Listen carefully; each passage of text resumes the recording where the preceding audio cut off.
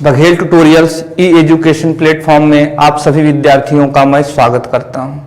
विद्यार्थियों, आज हम लोग का विषय अंतर्राष्ट्रीय स्तर का है और आप जैसा स्क्रीन में देख पा रहे होंगे, आज हम लोग बात करेंगे voice of the global south summit. हाल ही में अभी भारत में एक शिखर सम्मेलन हुआ है और उस शिखर सम्मेलन से आधारित विषय वस्तु पर आज हम लोग इस वीडियो में बात करेंगे। तो इस वीडियो को मैं आगे बढ़ाता हूं और उससे पहले ये कुछ प्रश्न है, इस प्रश्न को हम लोग इस वीडियो के अंत में हल करेंगे। आगे बढ़ता हूं मैं और इस समिट से जुड़े हुए तथ्यों को पहले हम लोग सीख लेते हैं जो हमारे प्रारंभिक परीक्षा की दृष्टि से महत्वपूर्ण होते हैं। विद्यार्थियों, समसामयिक घटनाओं का अध्ययन करने के दौरान हमें कुछ सावधानी रखनी होती है। जो समसामयिक घटना होते हैं और घटना से जुड़े जो तथ्य होते हैं वह हमारे प्रारंभिक परीक्षा की दृष्टि से महत्वपूर्ण होते हैं, जबकि जो घटना के परिणाम होते हैं वह मुख्य परीक्षा की दृष्टि से महत्वपूर्ण होते हैं। तो आइए, ये जो voice of the global south summit है, इससे जुड़े हुए तथ्यों को हम लोग जान लेते हैं। तो सबसे पहले यह क्या है, यह जो आप देख रहे हैं voice of the global south summit. Summit का मतलब होता है शिखर सम्मेलन। जब कई देशों के जो सर्वोच्च नेता होते हैं आपस में इकट्ठे होकर किसी मुद्दे पर विचार विमर्श करते हैं तो उसे समिट कहा जाता है। तो आप ध्यान रखेंगे, voice of the global south summit की पहल किसने की? तो भारत ने की है। तो यह एक भारतीय पहल है, ये आप सभी जरूर ध्यान रखेंगे। ग्लोबल साउथ विकासशील देशों का शिखर सम्मेलन है। तो इसमें एक तो डेवलपिंग नेशन होंगे, आगे की स्लाइड में सीखेंगे आखिर ग्लोबल साउथ है क्या। लेकिन इस दो बिंदु को आप ध्यान रखेंगे कि यह जो समिट है यह भारतीय पहल है और इसमें जो भाग लेने वाले देश हैं वो सभी विकासशील प्रकृति के हैं। आगे बढ़ते हैं, इसकी मेजबानी किसने की? इस समिट को होस्ट किसने किया? तो भारत ने किया। तिथि क्या थी? तो 2 दिन तक यह चली है, 2 दिवसीय यह शिखर सम्मेलन था और तिथि थी 12 से 13 जनवरी 2023। थीम क्या थी? ये बहुत ज्यादा महत्वपूर्ण है, यूनिटी ऑफ वॉइस और यूनिटी ऑफ पर्पस। एक साथ बोले और एक उद्देश्य से बोले तभी हम लोग अपने लक्ष्य को साध सकते हैं। आगे बढ़ते हैं, माध्यम क्या था? आभासी माध्यम था, वर्चुअल मीडियम के जरिए यह शिखर सम्मेलन हुआ है और शामिल देशों की संख्या प्रेस इंफॉर्मेशन ब्यूरो के अनुसार 120 थे। तो साथियों, थीम और तिथि और ये दोनों बातें आपको विशेष रूप से ध्यान रखना चाहिए प्रारंभिक परीक्षा की दृष्टि से। आइए हम लोग जान लेते हैं ग्लोबल साउथ क्या है। ये जो आपको रेड वाला पार्ट दिख रहा है, जितने भी विश्व के मानचित्र में जो लाल रंग से रंगे हुए हैं वही ग्लोबल साउथ देशों के समूह को प्रदर्शित करते हैं, जबकि ये जो आपको नीले कलर में दिख रहे हैं इसको कहा जाता है ग्लोबल नॉर्थ। साथियों, पारंपरिक दृष्टि से विश्व के देशों का वर्गीकरण किया जाता रहा है। सबसे पहले वर्गीकरण में वेस्ट और ईस्ट चलता था। वेस्ट वे देश थे जो डेवलप्ड थे, जो विकसित थे, और ईस्ट वे देश थे जो डेवलपिंग थे, जो विकासशील थे। यानी कि ये विकास कर चुके हैं, ये विकास के सर्वोत्तम मानक को प्राप्त कर चुके हैं और इन लोग अभी उस प्रयास में लगे हुए हैं। यहाँ पर अभी भी इंडस्ट्रियलाइजेशन चल रहा है और और यहाँ पर अपने अधिकतम चरम स्तर पर इंडस्ट्री पहुंच चुके हैं। तो एक तो क्लासिफिकेशन वेस्ट और ईस्ट में होता था, लेकिन कोल्ड वॉर के समय, शीत युद्ध के समय एक और क्लासिफिकेशन आया जिसमें था फर्स्ट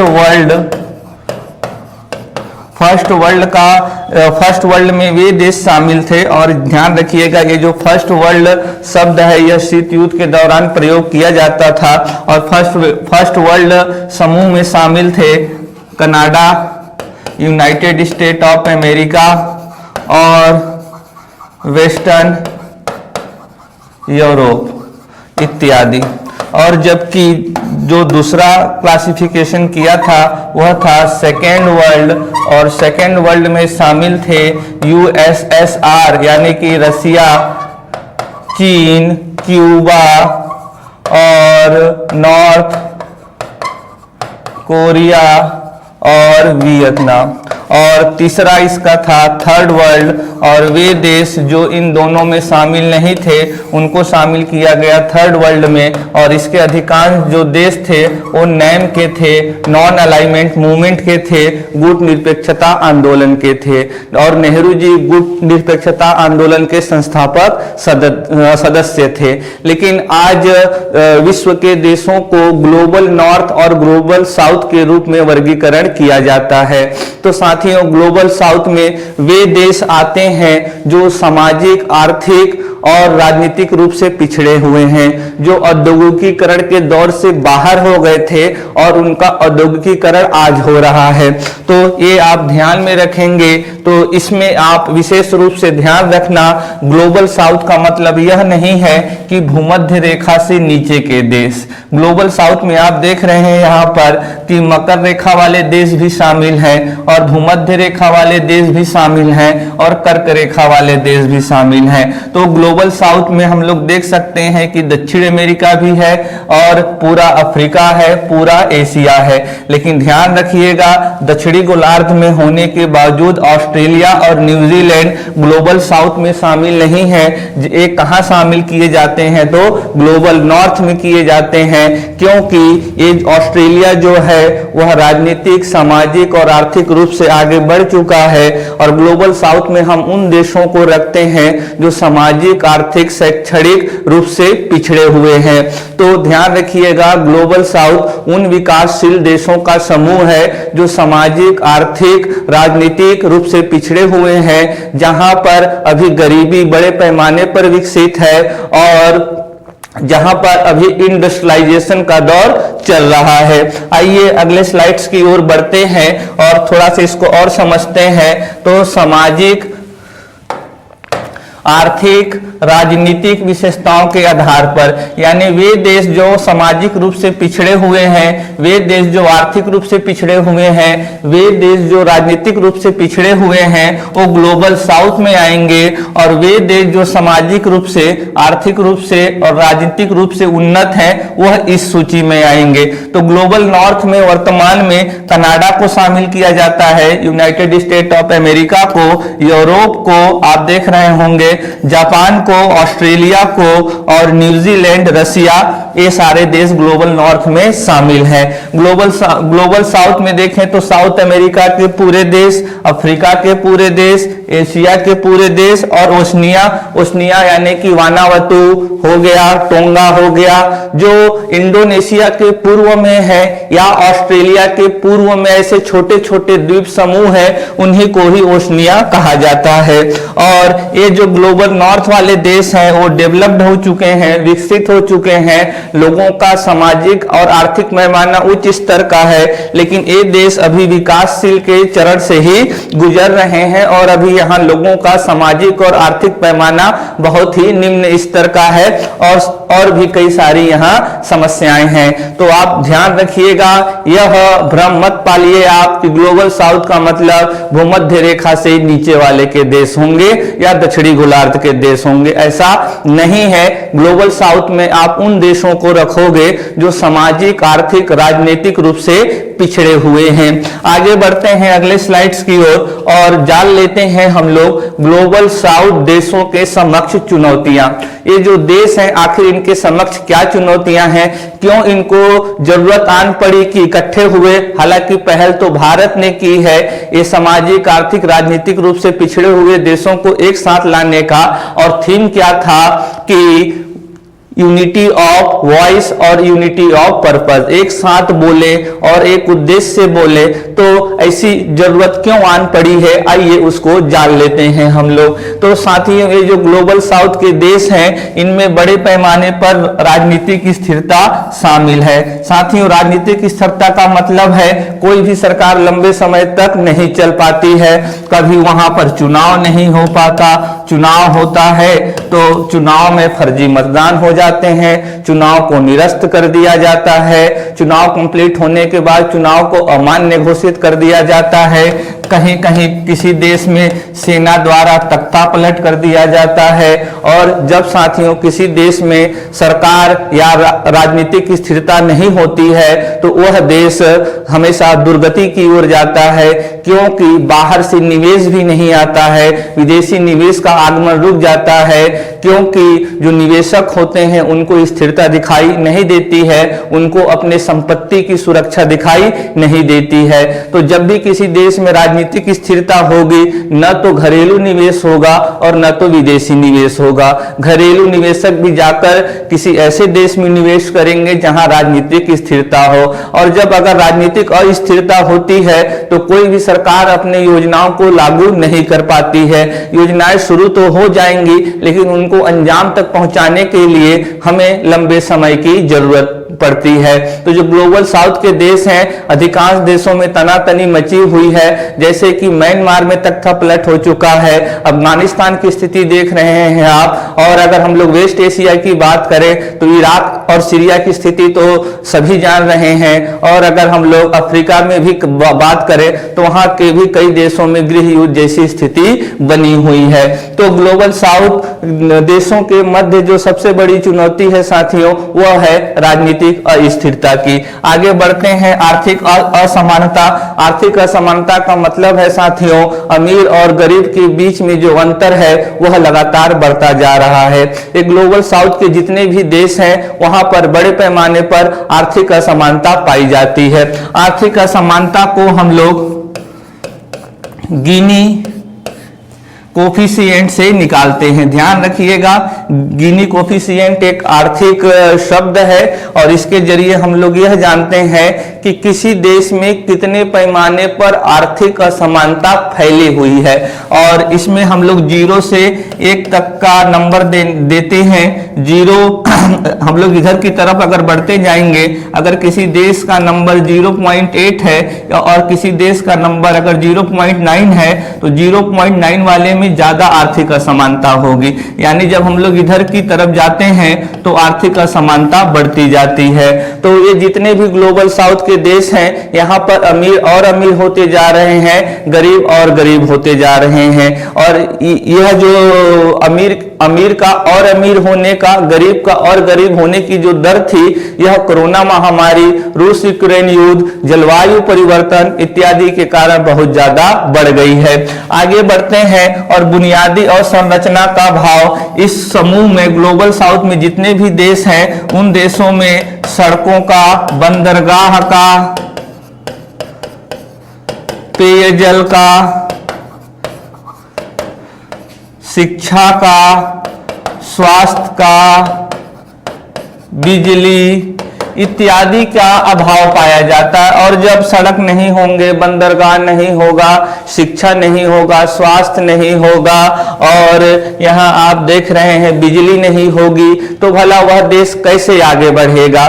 बहुत ज्यादा मुश्किल है। तो अगर किसी देश को आर्थिक विकास करना है तो सबसे पहले तो आधारभूत ढांचा का निर्माण किया जाता है। ठीक उसी प्रकार से अगर इमारत बनानी हो तो पहले नींव बनाना पड़ता है। तो अगर आर्थिक विकास करना है तो नींव के रूप में हमें आधारभूत ढांचे का निर्माण करना पड़ेगा, जो ग्लोबल साउथ के देशों में नगण्य के बराबर है। जलवायु परिवर्तन, क्लाइमेट चेंज, यह वर्तमान की सबसे बड़ी वैश्विक समस्या है।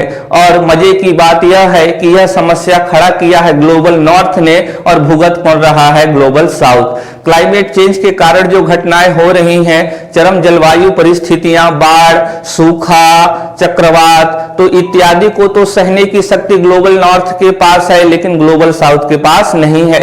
एक उदाहरण ले लेते हैं, अगर कोई भयानक चक्रवात आ रहा है तो जो ग्लोबल नॉर्थ के देश हैं वो टेक्नोलॉजी लेवल पर और या फिर आधारभूत ढांचे के ऊपर सशक्त हैं, तो वह तो आसानी से पता लगा लेंगे अपने उपग्रहों के जरिए कि चक्रवात आने वाली है और तैयार हो जाएंगे। जो गरीब देश होते हैं साथियों, उनके पास इतनी व्यवस्था नहीं होती, ना ही उनके पास डिजास्टर फोर्स होता है और ना ही उनके पास इतनी तकनीक होती है, ना ही मानव संसाधन होता है कि वो आपदा को झेल पाए। लेकिन यह चक्रवात आने की तीव्रता और आवृत्ति बढ़ी किसके कारण है, तो ग्लोबल नॉर्थ के कारण। चक्रवात पहले भी आते थे, अब भी आ रहे हैं, लेकिन अभी ज्यादा आ रहे हैं और ज्यादा खतरनाक हो गए हैं। कारण क्या है, तो क्लाइमेट चेंज का। अकुशल मानव संसाधन, शिक्षा और स्वास्थ्य का ढांचा है नहीं, न तो वहां के जो युवक हैं, जो युवा हैं, न तो वो प्रशिक्षित हैं, न तो वो कुशल हैं। और प्रशिक्षित कुशल तो बाद में, पहले तो मौलिक शिक्षा ही होनी चाहिए। स्वास्थ्य की भी कोई सुविधा नहीं है, तो शारीरिक रूप से भी कई समस्याएं रहती हैं। आगे बढ़ते हैं, आतंकवाद। आतंकवाद भी ग्लोबल साउथ के लिए एक प्रमुख बड़ी चुनौती है और जलवायु परिवर्तन के बाद विश्व के समक्ष मंडरा रहा दूसरा सबसे बड़ा खतरा है। जैसे नॉर्थ अमेरिका सहारा रीजन पूरा आतंकवाद के क्षेत्र से ग्रसित है, वेस्ट एशिया आतंकवाद के क्षेत्र से ग्रसित है, और भारत तो भला आप सभी जानते हैं प्रतिदिन कश्मीर में कोई न कोई आतंकवादी घटना तो होती ही है। भारत पूरे विश्व भर में आतंकवाद से पीड़ित सबसे बड़े देशों में से एक है। आगे बढ़ते हैं, वर्तमान वैश्विक संकट की बात करें तो कोरोना महामारी, वर्ष 2020 से कोरोना महामारी का कहर हम लोग झेल रहे हैं। लेकिन कोरोना महामारी का कहर जैसे ही कम हुआ, विश्व के सामने एक और बड़ी खतरा आ गई, वह है रूस यूक्रेन युद्ध। और इन दोनों घटनाओं ने पूरे विश्व को फिर से नीचे ला दिया है। साथियों, ये 2020 और 2023 ये 3 सालों में हम लोगों ने कोई वृद्धि नहीं की, बल्कि हम लोग 7-8 साल पीछे चले गए। क्यों? क्योंकि ये बड़े खतरे हैं जिसने पूरे विश्व की व्यवस्था को बिगाड़ कर रख दिया है। और इन दोनों घटनाओं के कारण आज 3F का संकट है। 3F का मतलब है कि अगर हम लोग देखें तो ये आप देख रहे हैं, ऊर्जा का मतलब यहाँ फ्यूल है, और खाद्य का मतलब फूड है, और उर्वरक का मतलब फर्टिलाइजर है। एक F फ्यूल, दूसरा F फूड, तीसरा F फर्टिलाइजर्स। बढ़ती भू राजनीतिक तनाव, जियोपॉलिटिकल जो टेंशन है वो भी बढ़ता जा रहा है। अब विश्व 2 ध्रुवों में बट रहा है, एक तरफ अमेरिका है, एक तरफ अमेरिका है, उसके साथ वेस्टर्न यूरोप है, तो दूसरी तरफ रूस और चीन, नॉर्थ कोरिया करीब आ रहे हैं। तो अब पूरा विश्व फिर से 2 धुरी में बटने वाला है, जैसा कि शीत युद्ध में हुआ था। उसी दौरान तो फर्स्ट वर्ल्ड, सेकेंड वर्ल्ड और थर्ड वर्ल्ड की जो अवधारणा सामने आई थी, तो ये भी एक बड़ी समस्या खड़ा करेगा। जब विश्व 2 धुरी में बढ़ जाएगा तो जो छोटे देश होते हैं उनके पास कोई विकल्प नहीं बचता है, उनको किसी एक वाले ध्रुव में जाना पड़ता है, और जो दूसरा ध्रुव है फिर उनको परेशान करता है। ऐसा ही शीत युद्ध में हुआ था, लेकिन पंडित नेहरू ने नॉन अलाइनमेंट मूवमेंट, गुट निरपेक्षता आंदोलन के जरिए न तो वो फर्स्ट वर्ल्ड की तरफ गए, न तो वो सेकेंड वर्ल्ड की तरफ गए, उन्होंने एक थर्ड वर्ल्ड के निर्माण में बहुत बड़ा योगदान दिया, और उसी थर्ड वर्ल्ड को आज हम लोग ग्लोबल साउथ के रूप में जानते हैं। आगे बढ़ते हैं अगले स्लाइड्स की ओर, और अगले स्लाइड्स में देख रहे हैं शिखर सम्मेलन के विषय। इस सम्मेलन में जब लोग इकट्ठा हुए, देशों के सर्वोच्च नेता इकट्ठे हुए, तो क्या संगोष्ठी हुई, क्या विचार मंथन हुआ, आइए जरा उसको भी तो देख लेते हैं। क्योंकि लगभग 120 देशों ने इकट्ठे होकर कुछ विषयों पर बात की है, और भारत ने आश्वासन दिया है अगर आप इस शिखर सम्मेलन में भाग लेते हैं, अगर voice of the global south summit में भाग लेते हैं, तो आपकी बातों को हम यानी कि भारत G20 में रखेगा, क्योंकि G20 2023 की अध्यक्षता भारत के पास है।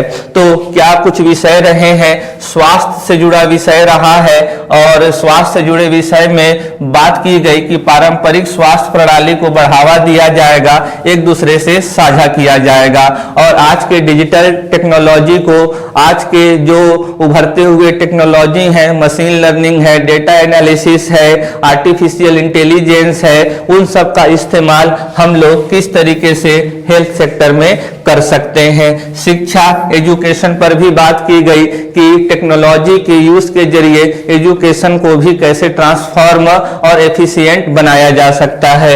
आगे बढ़ते हैं, बैंकिंग एवं वित्त पर भी बात की गई, क्योंकि बिना पैसा तो कुछ होता नहीं है। गरीब देशों को ऋण चाहिए ताकि अपने देश में वो आधारभूत ढांचा का निर्माण कर सकें। आगे इस बैठक में कनेक्टिविटी में सुधार हुआ। साथियों, रेल मार्ग, सड़क मार्ग, जल मार्ग, वायु मार्ग, यह विकास के रीढ़ होते हैं। तो और विकासशील देश इस जल मार्ग, वायु मार्ग, रेल मार्ग में पिछड़े होते हैं, तो उनका भी निर्माण करेगा भारत और इसमें सहायता करेगा। आपूर्ति श्रृंखला में विविधता लाई जाएगी। अभी विश्व की जो आपूर्ति श्रृंखला है वह केंद्रित है एक ही जगह पर, कुछ ही देशों का इस पर राज है। तो भारत का मानना है कि इसमें विविधता आनी चाहिए, डाइवर्सिटी आनी चाहिए, क्योंकि जब भी संकट का विषय हो, जब भी संकट का समय आता है और अगर आपूर्ति श्रृंखला, वैश्विक आपूर्ति श्रृंखला अगर एक देश पर केंद्रित होती है तो वह तुरंत ही चरमरा जाती है। अगर उसमें डाइवर्सिटी रहेगा तो जल्दी चरमराने की संभावना नहीं रहती है। आगे बढ़ते हैं, जलवायु विद क्लाइमेट फाइनेंस। अभी हम लोगों ने बात किया कि जलवायु परिवर्तन के कारण ग्लेशियर पिघल रहे हैं, समुद्र का जल स्तर बढ़ रहा है, आइलैंड डूबने के कगार पर हैं, चरम जलवायु परिस्थितियां ज्यादा हो गई हैं और अगर इससे हमें लड़ना है तो पैसों की तो जरूरत पड़ेगी ही। कोई भी लड़ाई बिना पैसे की नहीं लड़ी जा सकती है। तो क्लाइमेट फाइनेंस पर भी बात होगी। साथियों, पेरिस समझौता में ग्रीन क्लाइमेट फंड की बात की गई थी, जिसमें कुछ पैसा डालना था विकसित देशों को, ग्लोबल नॉर्थ को यहाँ पैसा डालना था, क्योंकि जलवायु परिवर्तन के जिम्मेदार वही है, लेकिन उन्होंने इसके प्रति कोई भी सक्रियता प्रदर्शित नहीं की है। ये वैसे के वैसे ही ठंडे बस्ते में पड़ा हुआ है। आगे देखते हैं, पर्यावरण से कुछ और मुद्दे हैं। SIDC का मतलब है यहाँ पर कि स्मॉल आइलैंड डेवलपमेंट कंट्रीज, यानी कि जो छोटे आइलैंड हैं वो जलवायु परिवर्तन से सबसे ज्यादा प्रभावित हैं, क्योंकि अगर जलवायु परिवर्तन होगा तो जो हिमनद हैं वो पिघलेंगे और हिमनद के पिघलने से समुद्र का जल स्तर बढ़ेगा और ये समस्या में आ जाएंगे। चूंकि ये समुद्री क्षेत्र में रहते हैं तो समुद्री आपदाओं का भी यह बड़े पैमाने पर सामना करते हैं और यह एक विखंडित पर्यावरण में होते हैं। इनके पास ज्यादा संसाधन नहीं होते और ये विदेशों पर आश्रित होते हैं।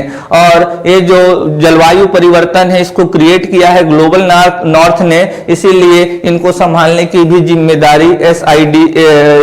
जिम्मेदारी ग्लोबल नॉर्थ के पास होनी चाहिए।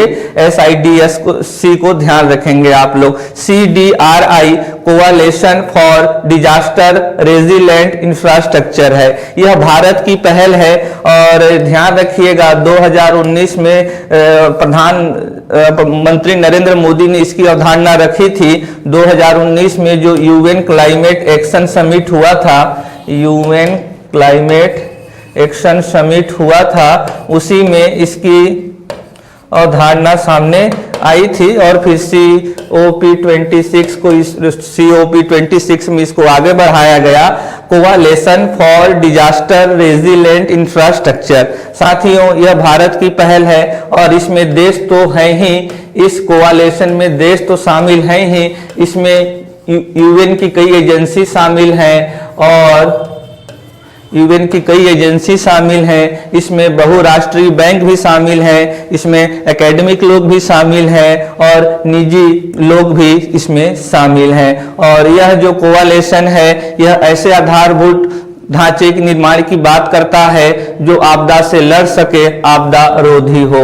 ये देख रहे हैं IRIS है, ये देख रहे हैं infrastructure resilient of island states. तो ये CDR की ही एक पहल है, इसकी भी बात यहाँ पर कही गई थी। लाइफ मिशन तो 2022 में ही शुरू किया गया था, लाइफ स्टाइल फॉर इन्वायरमेंट, और इसका भी जो शुभारंभ है प्रधानमंत्री नरेंद्र मोदी जी ने ही किया था, संयुक्त राष्ट्र के महासचिव एंटोनियो गुटेरेस की उपस्थिति में। प्रधानमंत्री नरेंद्र मोदी आज वर्तमान में पर्यावरण के क्षेत्र में मुझे लगता है कि विश्व के सबसे बड़े नेता हैं। चाहे आप लाइफ को देख लीजिए, चाहे आप CDRI को देख लीजिए, आगे जाकर देखेंगे इंटरनेशनल सोलर अलायंस को भी भारत ने ही शुरू किया है। तो प्रधानमंत्री के नेतृत्व में कई पर्यावरणीय पहलें हुई हैं। इन सबको आप विशेष रूप से देख लें, कभी भी यह प्रारंभिक परीक्षा में आपसे पूछ सकता है। अगर इन सब की व्याख्या मैं यहाँ करूंगा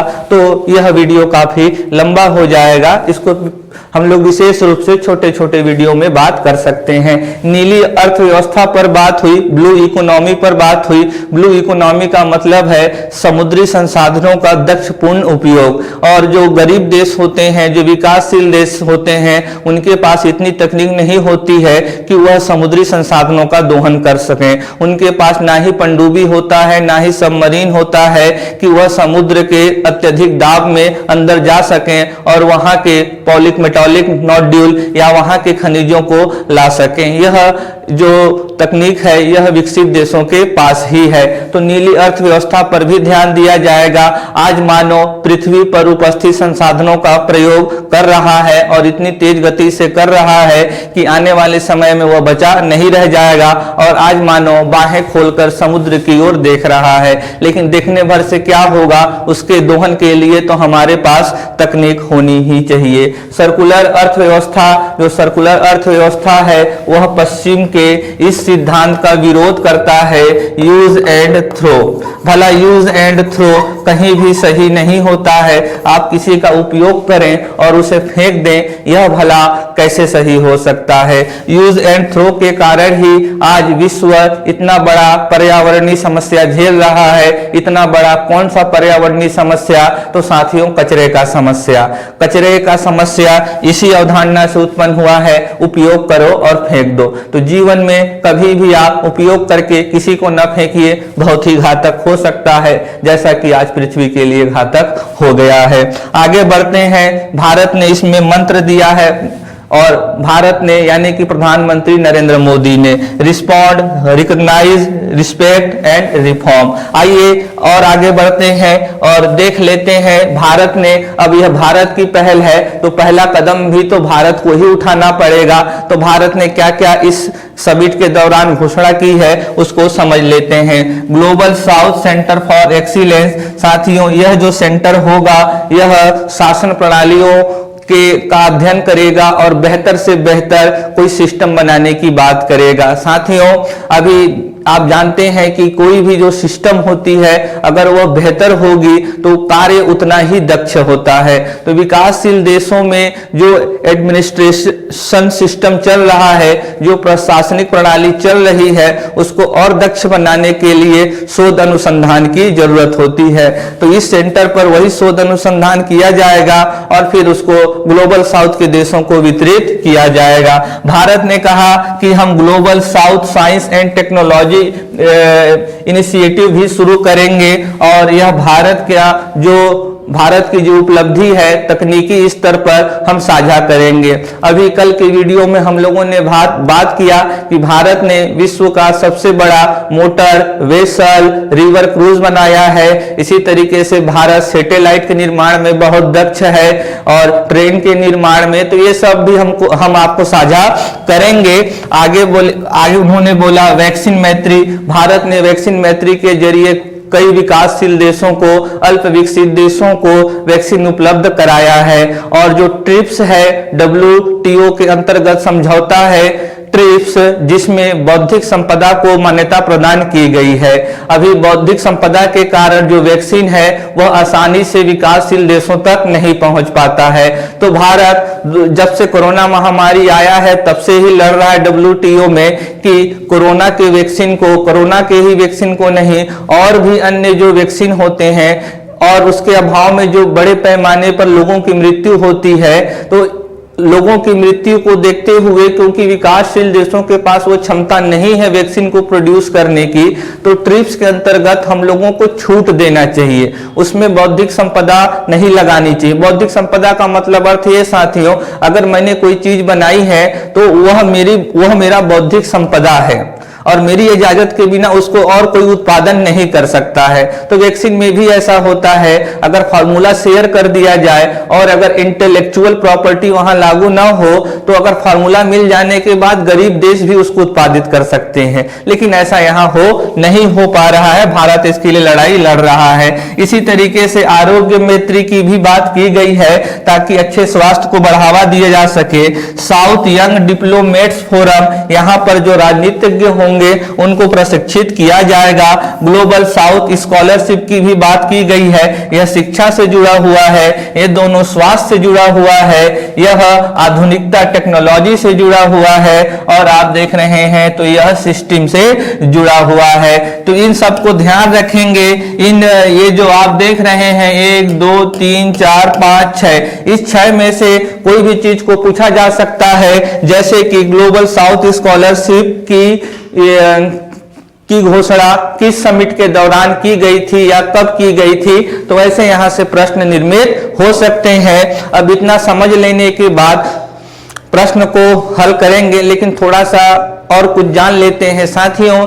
जब इस समिट का शिखर का आभासी माध्यम में चर्चा हो रहा था, तब प्रधानमंत्री नरेंद्र मोदी ने कहा कि ये जो ग्लोबल साउथ है आज अनेक समस्याओं का सामना कर रहा है और इन समस्याओं के कारण कौन है, तो ग्लोबल नॉर्थ है। उन्होंने ही जलवायु परिवर्तन की समस्या खड़ा किया, उन्होंने ही आतंकवाद को बढ़ावा दिया अपने निजी हित के लिए, और ये जो ग्लोबल साउथ है उनका अपना एक साझा इतिहास है। ग्लोबल साउथ के लगभग देश ग्लोबल नॉर्थ के उपनिवेश रह चुके हैं और आर्थिक शोषण किया गया है। और अगर आप एक बात और देखें तो, और इस समिट में नरेंद्र मोदी जी ने संयुक्त राष्ट्र सुरक्षा परिषद में भी सुधार की बात कही। उनका मानना है जो संयुक्त राष्ट्र के संस्था है वह वर्तमान दुनिया के प्रासंगिक नहीं रह चुके हैं, तो उनमें सुधार की जरूरत है। एक जायजा ले लेते हैं। अगर हम लोग संयुक्त राष्ट्र सुरक्षा परिषद की बात करें तो इसमें 10 मेंबर, इसमें टोटल 15 मेंबर होते हैं, 5 मेंबर स्थायी होते हैं, 10 मेंबर अस्थायी होते हैं। तो ये जो स्थायी मेंबर है 5, इसमें कौन कौन है, तो अमेरिका है, ब्रिटेन है, फ्रांस है, चीन है और रूस है। अगर आप देखेंगे तो संयुक्त राष्ट्र सुरक्षा परिषद जो पूरे विश्व की सबसे शक्तिशाली संस्था है और जिसकी जिम्मेदारी विश्व में शांति एवं सुरक्षा स्थापित करना है, जो नहीं कर पाया कोरोना महामारी और रूस यूक्रेन के दौरान, तो यह हमें ज्ञात होता है कि यह संस्था बिल्कुल ही अनुपयुक्त हो चुकी है और ये जो 5 देश हैं अपने निजी हितों को साधने के लिए इस संस्था का दुरुपयोग करते हैं। इसीलिए ग्लोबल साउथ देशों का आह्वान है कि इसमें सुधार किया जाए। अगर इन 5 देखोगे, जो 5 परमानेंट मेंबर हैं जिनको वीटो का अधिकार प्राप्त है, ना ही यहाँ कोई दक्षिण अमेरिका का देश है और ना ही यहाँ कोई अफ्रीका का देश है। एशिया में बस एक देश है चीन, बाकी एशिया, बाकी अफ्रीका और दक्षिण अमेरिका का कोई भी प्रतिनिधित्व यहाँ पर नहीं है। तो अभी इसका जो थीम था वन यूनिटी ऑफ वॉइस और यूनिटी ऑफ पर्पस। तो साथियों, दक्षिण अमेरिका और अफ्रीका तो मांग करते आए हैं कि यहां से भी कोई सदस्य जाना चाहिए, इसमें यहां से भी कोई सदस्य यहां जाना चाहिए। लेकिन अब आगे प्रश्न आता है कौन जाएगा, और जैसे ही प्रश्न आता है कौन जाएगा, ये देश आपस में ही लड़ने लगते हैं, आपस में ही प्रतिस्पर्धा करने लगते हैं, जैसे भारत और पाकिस्तान कर रहे हैं एशिया में। तो साथियों, तो इसीलिए इसका क्या रखा गया है theme, unity of voice, unity of purpose. बोले एक साथ लेकिन एक उद्देश्य से बोले, आंतरिक भिन्नता नहीं होनी चाहिए। आइए प्रश्न को हम लोग हल कर लेते हैं और देखते हैं बन पा रहा है कि नहीं। ग्लोबल साउथ के संदर्भ में विचार कीजिए। ग्लोबल साउथ में केवल दक्षिणी गोलार्ध के देश शामिल हैं? बिल्कुल भी नहीं, इसमें तो उत्तरी गोलार्ध के भी देश शामिल है, जैसे कि मकर रेखा के इर्द गिर्द बसे देश, जैसे कि मैक्सिको हो गया, भारत हो गया, म्यांमार हो गया। तो केवल दक्षिणी गोलार्ध के देश इसमें शामिल नहीं है। Voice of the global south का theme one earth one family one future है, तो यह भी गलत है। One earth one family one future तो G20 का थीम वाक्य है 2023 का। ऑस्ट्रेलिया ग्लोबल साउथ श्रेणी में शामिल है, तो नहीं, यह तो ग्लोबल नॉर्थ में है। तो यानी कि ये वाला ऑप्शन भी नहीं होगा, यह वाला भी नहीं होगा, यह विकल्प सही होगा।